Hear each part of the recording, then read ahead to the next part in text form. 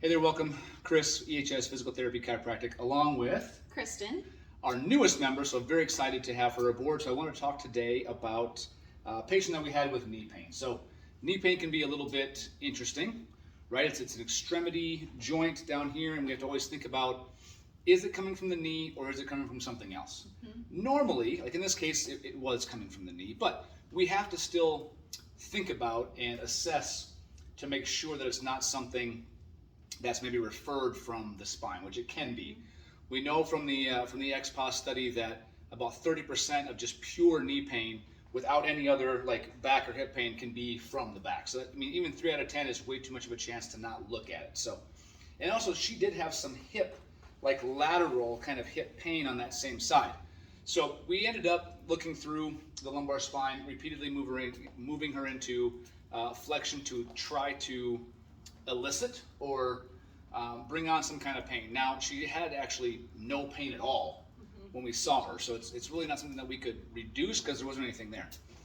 It ended up being something very much and very consistent with a mechanical knee pain, not an internal, joint issue, more of a patellofemoral kind of tracking and strengthening issue. So with that, Kristen went ahead and showed her some very specific movements to help with the outer kind of hip and abductor, glute medius, some of those muscles that help control the knee in space. So when she would do a single leg, She basically was like, yeah, so I can see your knees better. Yeah, so I see how it crashes in. So we want to keep it like out this. over the toes, and that one left knee for her was really crashing in hard. So that was probably the biggest giveaway for us that there was something going on in the knee, was that she was not able to control the movement on that eccentric or that down movement. So I'm gonna just come over here and just show you, kind of hold on to this and show kind of what we were doing for her on that. okay. Hi. So this was something that I started with her for a home program. So I'm having her basically use this is her hurt side. Good foot is hanging down. And she's using that as a reference point to know, okay, I've reached the floor there, I'm gonna push up through that heel. We had her looking into a mirror as well. Yep. To get that visual feedback of like the pointy part of her hip, the knee, and then down over the second toe, all lined up so that it wasn't crashing in. Yes, like that. Not like And you can this. really feel that out there, like in the, even though it's using leg, you can really feel it in the glute a lot on that Yep. one. And she even noted that it was much more fatiguing on her hurt side than her good side.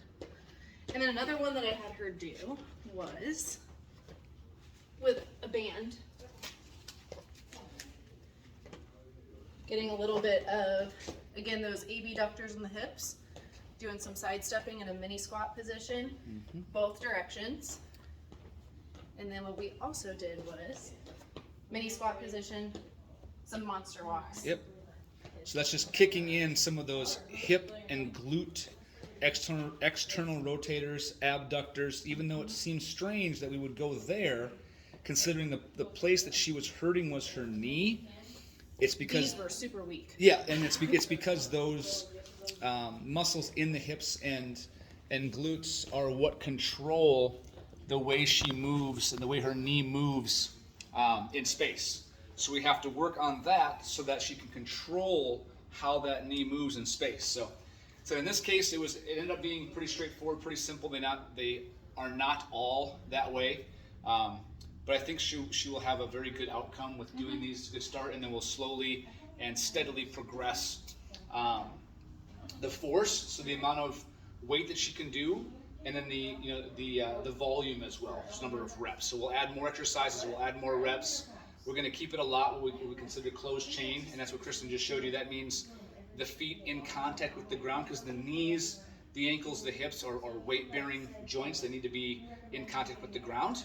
So we try to default to those kind of exercises whenever possible. So that's where we went with this young lady, and we'll get you another one. Thank you.